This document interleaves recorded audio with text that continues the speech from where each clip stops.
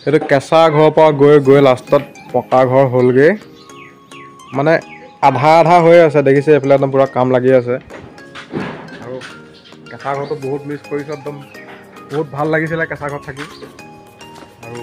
উপায় নাই সময়ৰ কিবা বুলি কয় যে মানে বদলি হয় বুলি সেইটোৱে আমাৰো হৈ গৈছে আৰু এইফালেতো লাষ্ট ঘৰ একদম ভঙা ভঙি পূৰা চলি আছে একদম পুৰণা ঘৰৰ নামত মানে অকল এইকণহে আছে এইকণৰ মানে এনেকৈ এইখনহে আছে আগত মানে ইয়াতে আমাৰ ভাতৰ চৌ আছিলে ইয়াতে মানে একদম ধুনীয়াকৈ ভাত পানী বনোৱা হয় আৰু নাই এতিয়া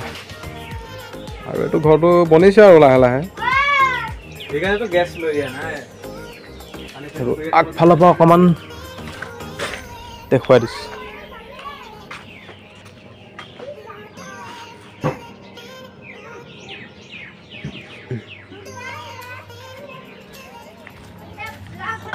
নাজানো আৰু কেনেকুৱা হৈছে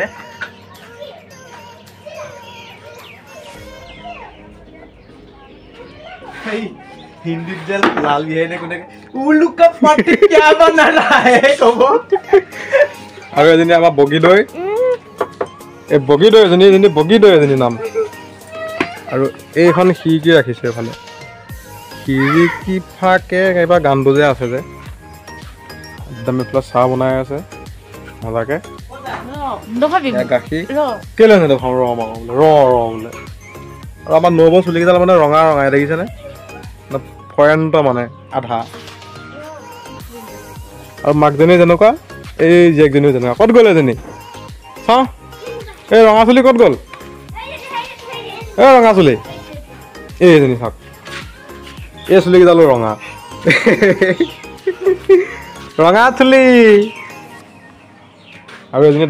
ডাঙৰজনীও একেই এজনী চাওঁ এই ডাঙৰজনী চুলিও একেই এয়া চাওক এই ৰ চুলিকেইডাল দেখা থৈ যা ৰ সেয়া একেই দুইজনী জীয়েক আৰু এইফালে মাক একেই তোৰ কথা কোৱা নাই মই এইফালে কৈছোঁ